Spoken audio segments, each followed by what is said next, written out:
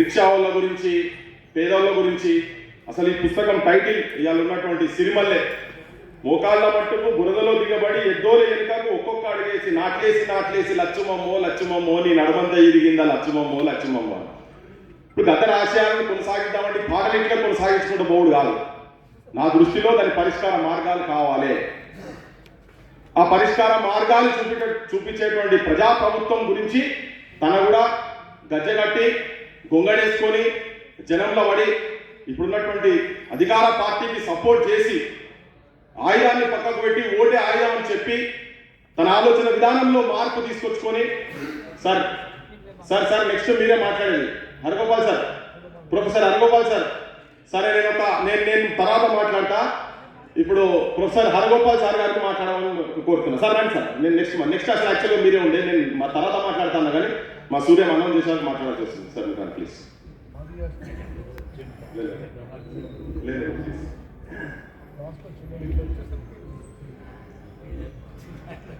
మిత్రులారా, ఇలాంటి సభల్లో మాలాంటి వాళ్ళు కొంత ఇబ్బంది కూడా పడుతుంటారు.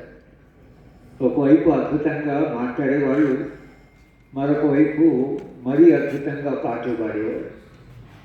చాలామంది పాట కొరకు కూడా వచ్చిన వాళ్ళు ఉంటారు. పాట దాని ప్రభావం ఏంటో దానికి ఒక అత్యంతమైన ఉన్నతమైన ఒక సింబల్ గద్దర్కు నాకుండే అన్యోన్యమైన సంబంధం. ఆయన మా ఇంటికి వచ్చినప్పుడు ఒక్కోసారి గంటల తరబడి కూర్చునేవాడు, కళ్ళకి పెట్టుకునేవాడు, ఆవేశపడేవాడు, ఆగ్రహపడేవాడు. గద్దర్ను అర్థం చేసుకోవడం కూడా చాలా కష్టం. పాటకు మాటకుండే సమయంలో మేమిద్దరం కలిసి వెళ్ళిన సభలు ఉన్నాయి. నేను వెళ్ళేప్పుడు చెప్పాను, గద్దర్ వచ్చేవాళ్ళంతా నీ పాట కొరకు వస్తారు, మధ్యన నా మాట విని ఈయనేంటి మధ్యన ఇంత మంచి పాట పాడుతుంటే ఈ మాటలు ఏమిటి? లేదే సార్, మీరు తప్పకుండా మీ మాట కూడా వింటారు. కనుక గద్దరు మన సమకాలీన సమాజంలో ఉండే చైతన్యవంతమైన సమాజాన్ని నుంచి తాను చైతన్యం పొందాడు. ఆ పొందిన చైతన్యం మళ్ళీ సమాజానికి పంచాడు. మౌసకం చెప్పినట్లు అస్పష్టమైన సామాజిక అనుభవాన్ని చెప్పగలిగితే జ్ఞానం అన్నాడు. కనుక సమాజానికి ఒక అస్పష్టమైన ఒక అనుభవం ఉండదు. కష్టం ఉంది, ఆకలి ఉంది, నీళ్లు ఉన్నాయి, తర్వాత బాధ ఉంది. అంతేకాకుండా మానవ సంబంధాలు మరీ ఇవాళ దిగజారిపోతూ పూర్తిగా మానవ సంబంధాలు కూలిపోతున్న కాలంలో గద్దరు సాహిత్యాన్ని చదివితే ఆ మానవీయత, ఆర్ద్రత, తర్వాత ఆయనకుండే శక్తి ఏదైతుందో అది చదివినప్పుడల్లా మనం కొంత మానవీయంగా, అంటే అమానుషమైన సమాజంలో, అమానవీయమైన సమాజంలో మనిషిలో ఉండే మానవత్వాన్ని మేలుకొల్పగలిగిన ప్రతిభ గద్దరు సాహిత్యానికి ఉంది. మార్క్స్ ఒక మాట చెప్పాడు, అంతిమంగా మానవాళి రెండే ప్రత్యామ్నాయాలు మిగులుతాయి, ఒకటి సోషలిజం లేకపోతే బార్బరిజం. అంతిమంగా మానవ సమాజము తన సమస్యను పరిష్కరించుకునే క్రమంలో అది తప్పకుండా ఒక సోషలిస్ట్ వ్యవస్థగా మారవలసి ఉంటుంది అని ఒకటి. ఒకవేళ అది మారకపోతే ఏం జరుగుతుందనే దానికి మానవ సంబంధాలు సంక్షోభంలో పడి సమాజంలో బార్బరిజం అంటే చంపుకోవడాలు, హత్యలు, ఆత్మహత్యలు, సమాజం దుర్భరమైన సమాజంగా మారడం. గద్దర్ లాంటి వాళ్ళు ఈ సమాజం ఎట్టుదిపోవాలి అనే దాంట్లో తన కవిత్వం ద్వారా చాలా ప్రభావితంగా ఆయన చెప్పాడు. కాబట్టి ఆయన కవిత్వానికి, ఆయన సాహిత్యానికి, ఆయన చేసిన కళకు, ఆయన రాసిన మాటలకి ఒక సార్వజనికత, దానికి సమకాలీన సమాజం, రాబోయే సమాజాన్ని కూడా, మారే సమాజంలో కూడా నిరంతరంగా ప్రభావితం చేసే ఒక సార్వజనికత, దానికి శాశ్వతత్వం ఉన్నది. ఆయన అణువణువున ఒక క్రియేటివిటీ ఉండే ఒక అద్భుతమైన కళాకారుని సృష్టించుకోవడం అనేది తెలంగాణ చైతన్యం సృష్టించింది. ఆ తెలంగాణ చైతన్యాన్ని ప్రభావితం చేసినవాడు. అట్లా ప్రభావితమైన వాళ్ళు నేను కూడా నేను కాకతీయ యూనివర్సిటీలో పనిచేస్తున్నప్పుడు గద్దర్ను అప్పుడంతా రాడికల్ స్టూడెంట్సే ఎన్నికల్లో గెలిచారు కాబట్టి గద్దర్ను తప్పకుండా పిలవాలని వాళ్ళు తిరగడానికి వీల్లేదని రాజ్యము పోలీసులు. ఈ సంఘర్షణలో నేనేమో అడ్వైజర్ విద్యార్థి సంఘాన్ని. అక్కడ వైస్ ఛాన్సలర్ రిజిస్ట్రార్ జయశంకర్ గారు, ఆయన డాక్టర్ సాబ్ అనేవాడు. డాక్టర్ సాబ్ పోలీసు ఒప్పుకోండి ఎట్లా. నేను విద్యార్థి సంఘం ఎన్నికైంది కాబట్టి వాళ్ళకి ఆ స్వేచ్ఛ ఉంటుంది, ఎవరిని పిలవాలని స్వేచ్ఛ వాడుకుంటారు. విద్యార్థి హక్కుగా మనం చూడాలని ఏం కష్టపడేవాడు కానీ గద్దె వచ్చేవాడు. 9 గంటలకు పాటలు పాడడం మొదలుపెట్టి తెల్లవారుతో 4 గంటల వరకు పాడేవాడు. చుట్టూ ఉన్న గ్రామాల వారిని పిల్లలు తీర్చేవాడు. విద్యార్థి సంఘం యొక్క మీటింగ్ వేల సంఖ్యలో కాకతీయ యూనివర్సిటీలో ఆ రోజు జరిగేది. గద్దరు అట్లా మమ్మల్ని కూడా ప్రభావితం చేసి ఆయన పాట పాడిన తర్వాత ఒక వారం 2 వారాలు అది మైండ్లో అదే దీంట్లో పడుకున్నా లేచిన గద్దర్ పాటని దాని ప్రభావం ఎంతుందో వ్యక్తిగతంగా నేను అనుభవించిన వాడిని. అటువంటి గద్దరు ఫౌండేషన్ ఎదుగుతో ఆయన జ్ఞాపకాన్ని, ఆయన సాహిత్యాన్ని, ఆయన కళల్ని వాటిని ఇంకా వచ్చే తరాలకు అందించాలి కాబట్టి అందరు చెప్పినట్టుగా మంత్రిగా ఉన్నారు కాబట్టి ఈ ఫౌండేషన్ ఏదైతుందో కల్చరల్ స్టడీస్ ఏవైతున్నాయో ఈ ఫౌండేషన్కి సంపూర్ణ మద్దతు ఇవ్వడం అంటే మీరు కేవలం ఇప్పుడు మద్దతు కాదు, భవిష్యత్ తరాలకు కూడా సాహిత్యాన్ని అందించే దాంట్లో ఇప్పటి ప్రభుత్వము దాన్ని సహకారం చేసినది కూడా చరిత్రలో రికార్డు అవుతుంది కనుక మీరు దీనికి కావాల్సిన సహాయం సహకారం చేయాలని ఇప్పుడు మిమ్మల్ని మాట్లాడిన ఎక్కువ ఉపన్యాసాలు ఇచ్చేటువంటి సందర్భమే కాదు. కానీ ఇక వచ్చాం కాబట్టి కొన్ని మాటలు మాట్లాడాలి కాబట్టి మాట్లాడినా, లేకపోతే గద్దల గురించి గంటల తరబడి ఆయన సాహిత్యాన్ని గురించి ఆయన వ్యక్తిత్వాన్ని గురించి మనం మాట్లాడచ్చు. ఒక అద్భుతమైనటువంటి కళాకారుడు, చరిత్రలో నిలిచేటువంటి కళాకారుడు గద్దర్. కనుక ఆయన సభలో పాల్గొనే అవకాశం మాకు ఇచ్చిన సూర్యంకి తర్వాత మిత్రులందరికీ ధన్యవాదాలు.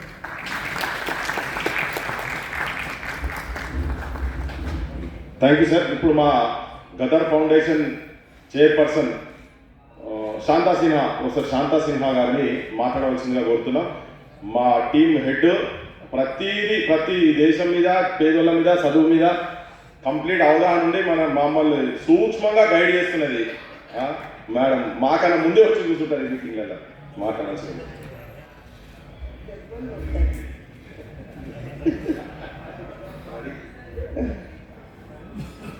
అందరికీ నమస్కారం. మంత్రి గారు మాట్లాడతారండి, మేమందరం వెయిట్ చేస్తూ ఉన్నాం. అంటే గద్దర్ ఫౌండేషన్కి చాలా సహకారం ఇచ్చింది ఈ ప్రభుత్వం. వాళ్ళకి మనస్ఫూర్తిగా కృతజ్ఞతలు తెలుపుకుంటున్నాం. ప్రభుత్వంతో పాటు మన అందరి బలం ఉంది గద్దర్ ఫౌండేషన్కి. అంటే ఒకవైపు ప్రభుత్వము, ఒకవైపు సమాజము, మనందరం కలిస్తేనే గద్దర్ మెమరీ ఏమైతే మనం మాట్లాడుతున్నామో అది తరతరాలుగా ఉండిపోతుంది. కానీ ఆ జ్ఞాపకం దేని గురించి మనం ఇంతసేపు అనుకున్నది సమానత్వం గురించి, సాంఘిక న్యాయం గురించి, ప్రజాస్వామ్యం గురించి, ప్రజల హక్కుల గురించి మనం గద్దర్ని జ్ఞాపకం చేసుకోవాలి. ఇవన్నీ ఆ పాటల్లో, ఇవన్నీ ఆ లిటరేచర్లో గద్దర్ ప్రతి మాటలో ఉన్నది. గద్దర్ వల్ల, తెలంగాణ చరిత్ర వల్ల తెలంగాణకి ఒక ప్రత్యేకత ఉంది. ఏ పార్టీ అయినా సరే, కమ్యూనిస్ట్ పార్టీ అయినా సరే, కాంగ్రెస్ పార్టీ అయినా సరే, తుదకు బీజేపీ పార్టీ అయినా సరే సమానత్వం గురించి మాట్లాడవలసిందే. అది తెలంగాణ రాజకీయ సంస్కృతి. ఇన్ని రోజులు మన తెలంగాణ చరిత్రలో ఇమిడి ఉన్నది సమానత్వం. తెలంగాణ చరిత్రలో ఇమిడి ఉన్నది సాంఘిక న్యాయం. తెలంగాణ చరిత్రలో ఇమిడి ఉన్నది పీపుల్స్ పవర్, ప్రజాతంత్రం, డెమోక్రసీ. ఈ వాల్యూ సిస్టమ్ అన్నిటినీ గద్దర్ ఫౌండేషన్ తప్పకుండా కాపాడుతుంది, ముందుకు తీసుకెళ్తుంది. కానీ జస్ట్ గద్దర్ ఫౌండేషన్ చేయలేని పనిది. గద్దర్ ఫౌండేషన్ అంటే ఇక్కడ ఉన్నవారు మీరందరూ, ఇక్కడ ఉన్నవారు అందరూ కలిస్తేనే గద్దర్ ఫౌండేషన్, కానీ ఈ టీం ఒక్కటే కాదు. మనందరం కలుద్దాము, చరిత్ర తెలంగాణ చరిత్రను ముందుకు తీసుకెళ్దాము. ఎప్పుడు మరవకూడదు. మన తెలంగాణలో ఎప్పుడన్నా సరే మనం మాట్లాడినప్పుడు ప్రజాతంత్రం గురించి మాట్లాడాలా, సమానత్వం గురించి మాట్లాడాలా, జస్టిస్ గురించి మాట్లాడాలా, విప్లవం గురించి మాట్లాడాలా, పోరాటం గురించి మాట్లాడాలా. ఇవన్నీ మాట్లాడితేనే సమాజం మారుతుంది. ఆ మార్పు కోసం మనందరం ఏకమై ముందుకు వెళ్ళాలి. ఆ మార్పులో నా అజెండా ఒకటి ఉంది, ఎప్పుడు విద్య. అది చెప్పండి, నేనైతే స్పీచ్ చెయ్యలేదు. తప్పకుండా విద్య పైన మనం పూర్తిగా ఇన్వెస్ట్మెంట్ చేయాలి. ఇప్పుడు బడ్జెట్ సెషన్ కూడా వస్తుందంటున్నారు. ఎంత ఇస్తుందో తెలియదు, కానీ విద్య ఉంటేనే ఇవన్నీ వస్తాయి, ఈ విలువలు. ఇంకొకటి ముఖ్యంగా మంత్రివర్యులు ఉన్నారు కనుక మీరు ఇచ్చిన ఏమైతే గ్రాంట్ ఉందో అది చాలా ముఖ్యము. కొండంత బలం వచ్చింది మాకు. కానీ దాంతో పాటు ఈ ఫౌండేషన్ నిలబడాలనంటే మాకు ఆ కల్చరల్ ఏమైతే సెంటర్ అనుకుంటున్నామో, అంటే జస్ట్ ఒక సెంటర్ కాదు, అది Telangana culture, Telangana politics, Telangana morals అన్నిటినీ పర్పచేట్ చేయడానికి చేస్తున్న కార్యక్రమం. తెలంగాణ కళాకారులని ప్రోత్సహించడానికి గద్దర్ జ్ఞాపకార్థము మీరు సహాయం చేస్తారని కోరుకుంటూ నాకు అవకాశం ఇచ్చిన వీళ్ళందరికీ, మీ అందరికీ నమస్కారం.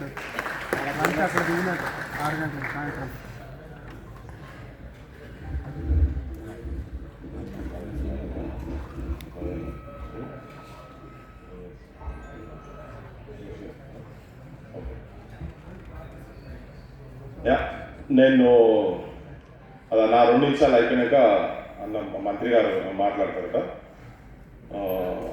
సో ఇప్పుడు వేదిక మీద మీరు అందరు చాలామంది చూసారు. అసలు గద్దర్ అన్న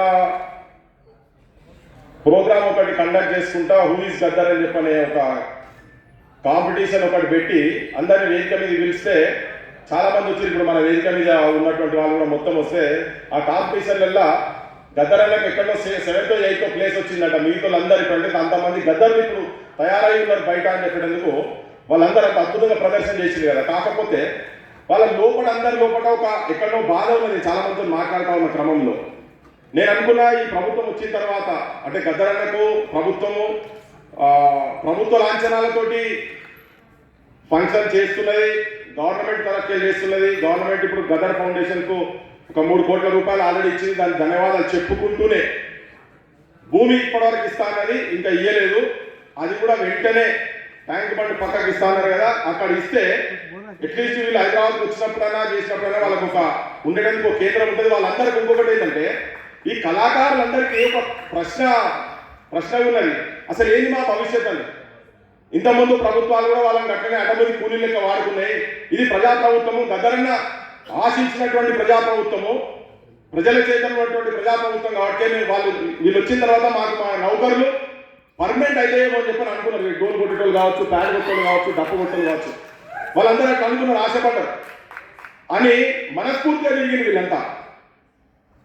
వాళ్ళకు పర్మనెంట్ కాదే, కొత్త నౌకరులు మొన్నేదో కౌన్సిల్ ఇక్కడ మాట్లాడేటప్పుడు దాని గురించి ఇస్తామని చెప్పినాడు. కానీ అన్నా నేను మీ ద్వారా ప్రభుత్వానికి నేను రిక్వెస్ట్ చేస్తున్నాను ఏంటంటే గద్దరన్నను గౌరవించాలని, నిజంగా గౌరవిస్తున్నది ప్రభుత్వం అనుకుంటే అవార్డు ఎట్లా ఇస్తున్నారు. కానీ వీళ్ళను, ఈ కళాకారులను వీళ్ళను ఆదుకోవాల్సిన అవసరం ఉన్నది. ఊరికి ఒక 2-3 ఉద్యోగాలు ప్రతి ఊర్లలో కళాకారులు, ప్రతి ఊర్లలో గద్దర్ రూపంగా ప్రతిరూపాలై ఉన్నటువంటి వాళ్ళందరికీ కూడా మీరు పర్మనెంట్ నౌకర్లు ఇవ్వాలని చెప్పి నేను మిమ్మల్ని మంత్రి గారిని కోరుతా ఉన్నా. మదన్న మీరు కూడా ఉన్నారు, ఇక్కడ నుంచి ఢిల్లీ దాకా పਹੁంచినది గద్దర్ కూడా మీకు తెలుసు కాబట్టి మీరన్న ప్రభుత్వం మీరే చెప్పినటువంటి అన్ని చాలా వాగ్దానాలు చేసింది. ఇంకొకటి ఏంటంటే ఇమ్మీడియట్గా ఇప్పుడు ఏమవుతుందంటే మా బోటలము మీరు ఇంత ఆలోచన చేస్తే మా బోటలో బయట మాట్లాడాల్సి వస్తున్నది. ఇప్పుడు మీరు చెప్పారు ట్యాంక్ బండ్ పక్కకి ఇస్తామని చెప్పి మేము ఒక ప్రపోజల్ పెట్టినాం. నేను డిప్యూటీ సీఎం గారితో కూడా మాట్లాడాను. అన్న ఇది అంతేందుకు యూనివర్సిటీ ఉన్నది కదా, అది ఇచ్చేసేది లొల్లొడిసిపోతుంది, అది ఒక స్ట్రక్చర్ ఆల్రెడీ ఉంది పక్కకంటాడ అది మళ్ళీ హైడ్రా అని అదని ఇదని వాడు ఈడోడు ఎత్తుకపోతారు ఇవన్నీ ఎందుకు మరి మాకెందుకు ఈ పంచాయతీకి అది ఇచ్చేసారని చెప్పండి.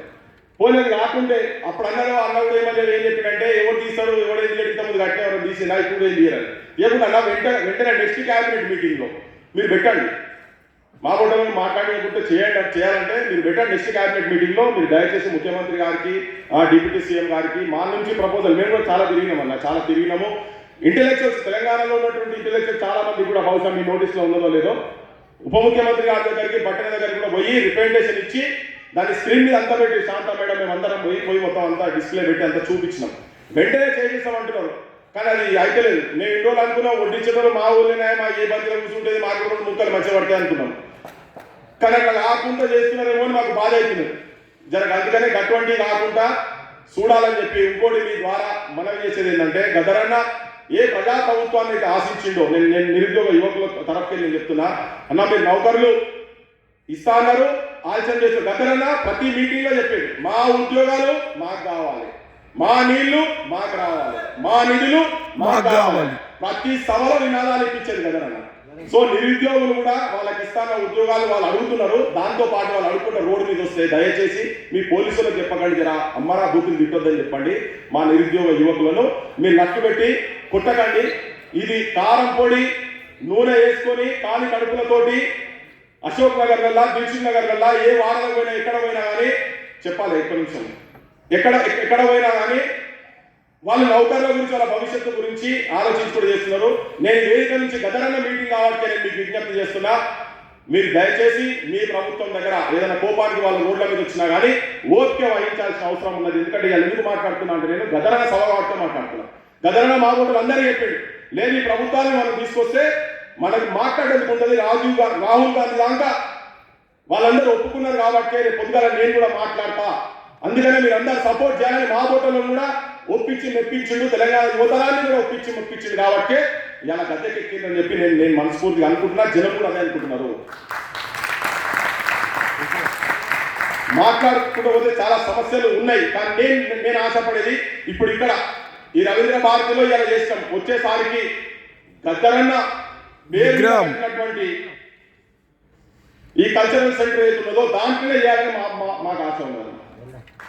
తర్వాత మీరు కూడా నేను అదే ఇప్పుడు ఇవాళ వచ్చిన దాంట్లో ఆ పాట మొట్టమొదటి ముఖ్యమంత్రి గారు ఉన్నప్పుడు ఉప ముఖ్యమంత్రి గారు ఉన్నప్పుడు నేను చెప్పిన ఎందుకు ఏడుస్తున్నావమ్మ లంబాడోళ్ళ సెల్లమ్మ అడవి నీది కాదాయే ఊరు నీది కాదాయే తాతల నాటి తాండా బతుకు తలా నడిగేసిందా కట్టే నమ్ముకునే కాడ కడుపు నమ్ముకుంటున్నావా అని. పరిస్థితులు 2 ఏళ్ల నుంచి కూడా పెద్దగా మారినట్టు కనబడతలేవన్నా బతుకులు ఇప్పటిదాకా అట్లనే ఉన్నాయి. నేను కూడా ఏంటంటే ఆవేదనతోని మిమ్మల్ని అనాలని ఈ ప్రభుత్వాలను దూషించాలని మాకేం సోకు లేదు, మా శత్రువులు కావాలని మాకు లేదు. కానీ ఇటువంటి జరుగుతుంటే మా ఓటర్లో మాట్లాడాల్సిన పరిస్థితి ఏర్పడుతుంది కాబట్టి ఇలా మీరు ఇక్కడ ఉన్నారు. మీరు ఈ గద్దరన్న పేరు నిజంగా గద్దరన్నకు గౌరవం ఇవ్వాలనుకుంటే గద్దరన్న ఏ ఆశయాలతో ఏ ఆలోచనలతో అయితే మీ ప్రభుత్వానికి తన తుపాకీ నుంచి ఓటు సైడ్ వచ్చి మీ ప్రభుత్వానికి అయితే సపోర్ట్ చేసిండో ఆ ఆశయాలు నిజంగా నెరవేరాలంటే ఇదంతా మనం పూల దస్తాలతోటి ఇవన్నీ పెట్టి పెద్ద పెద్ద స్క్రీన్లతో సవాల్ పెట్టితో పాటు అందరి ఇళ్లలో ఇట్లే పండుగ వాతావరణం ఇవ్వాలి. రవీంద్ర భారతిలో పండుగ వాతావరణం ఉంది కదా. అందరి జీవితాలలో కూడా కళాకారుల జీవితాలలో అమరుల కుటుంబాల జీవితాలలో ఒక పండుగ వాతావరణం తెలంగాణ మహిళల జీవితాలలో పండుగ వాతావరణం వచ్చినాడు. ఈ ప్రభుత్వాలు నిజంగానే గతంలో గౌరవించినట్టు అవుతుందని చెప్పని మీ ముంగట జనం పక్షాన ఇలా టీవీ చూస్తున్న అందరి పక్షాన నేను మీకు విజ్ఞప్తి చేస్తున్నా. ఇప్పుడు మంత్రి గారు అజ్మూర్ లక్ష్మణ్ గారు మాట్లాడవలసిందిగా కోరుతున్నాను. Thank you.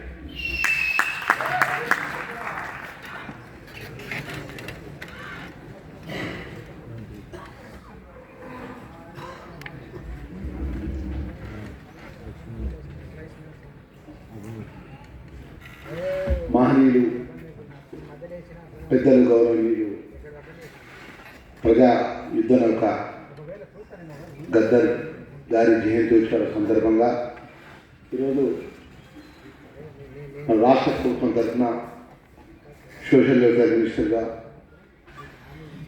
ముఖ్యంగా మా సూర్యం అత్యంత ఆప్తులు ఎన్నికల్లో పోటీ చేసినప్పుడు గౌరవనీయులు గద్దర్ గారిని నా ప్రాంతానికి తీసుకొచ్చిన సామాన్యమైన వ్యక్తి పోటీలో ఉన్నారు, మనం పాల్గొనాలని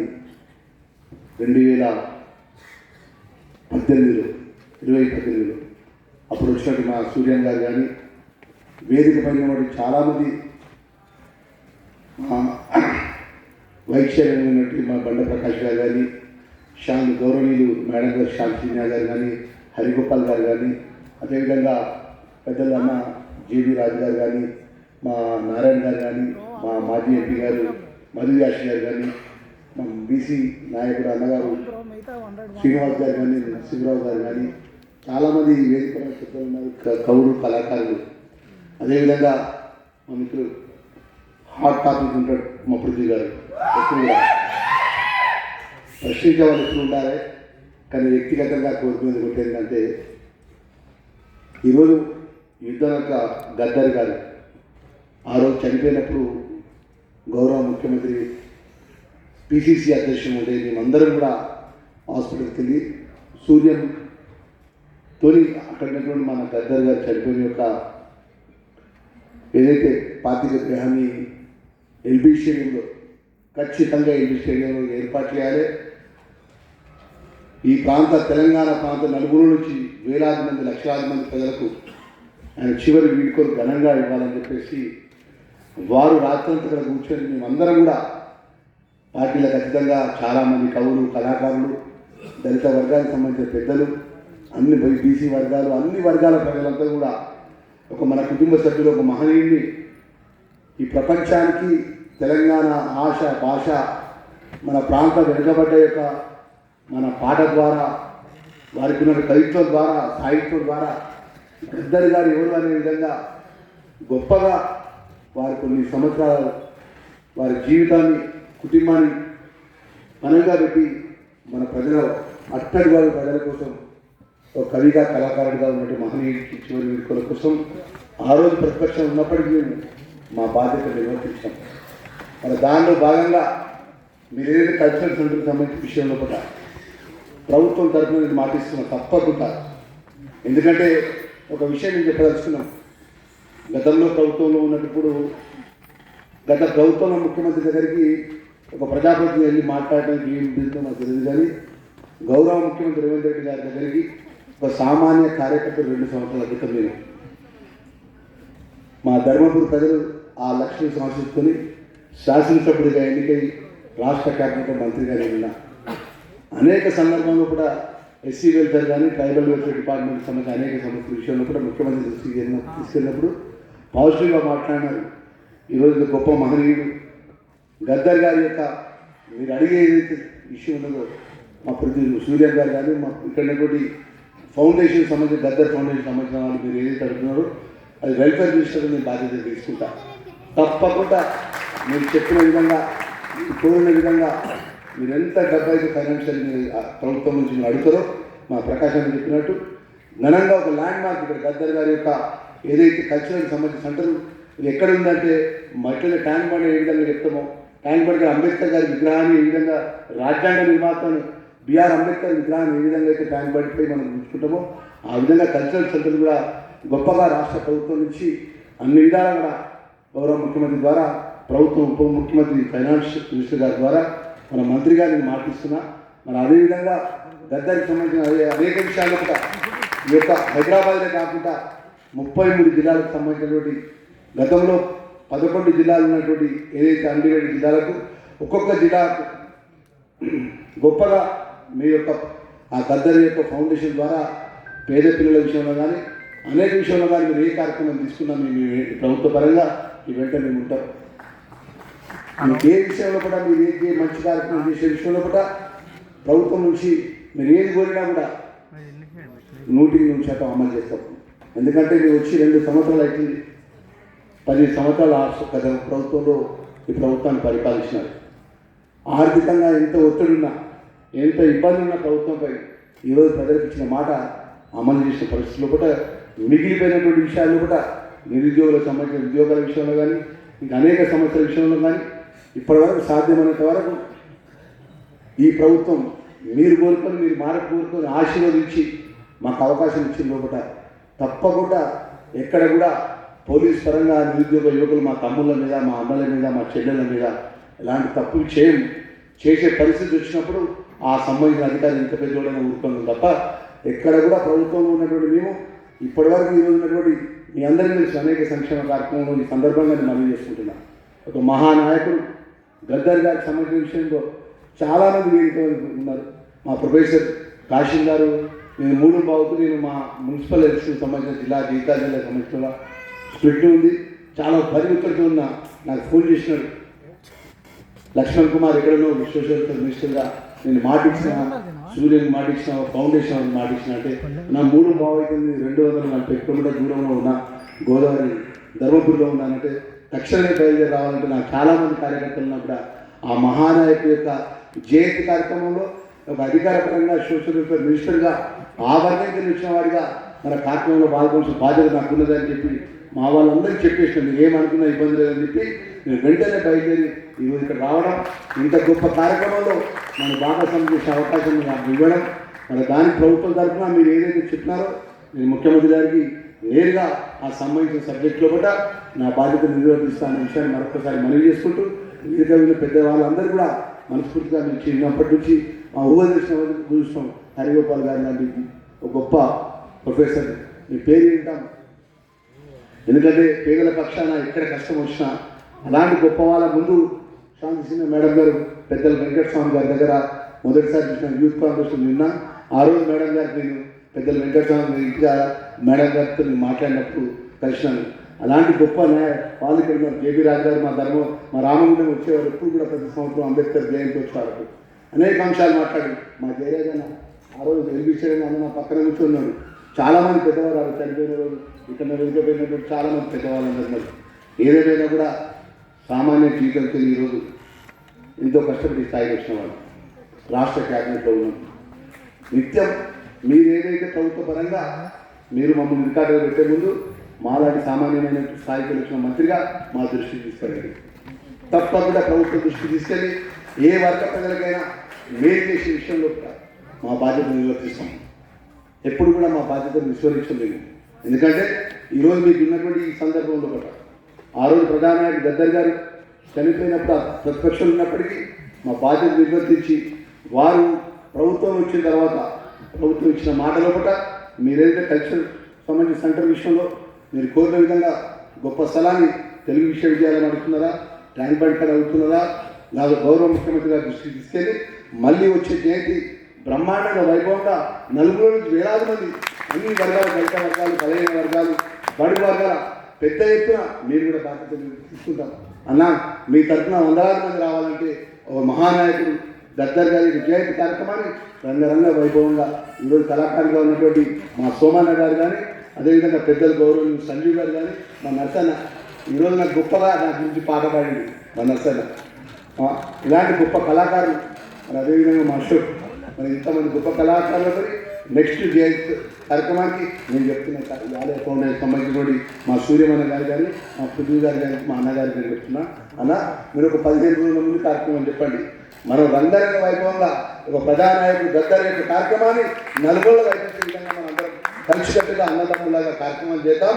ప్రభుత్వం దగ్గరికి వెళ్ళి ఇది ఖచ్చితంగా చేయాలని చెప్పి ప్రభుత్వం నుంచి మన యొక్క రిప్రజెంటేషన్ చేసి ఆ విధంగా ప్రభుత్వం అన్ని విధాలు మేలు చేసే కార్యక్రమాన్ని తీసుకొని ఈ రాష్ట్రంలో ఉన్న బలహీన వర్గాలకు, బడుగు వర్గాలకు, దళిత వర్గాలకు, పేద వర్గాలకు ఏదైతే గద్దర్ గారి యొక్క ఫౌండేషన్ ద్వారా మేము ఉన్నామన్న విధంగా మీ యొక్క ఫౌండేషన్ ముందుకు తీసుకెళ్లాలని మనస్ఫూర్తిగా కోరుకుంటూ నేను సెలవు తీసుకుంటున్నాను. థ్యాంక్ యూ వెరీ మచ్ అండి.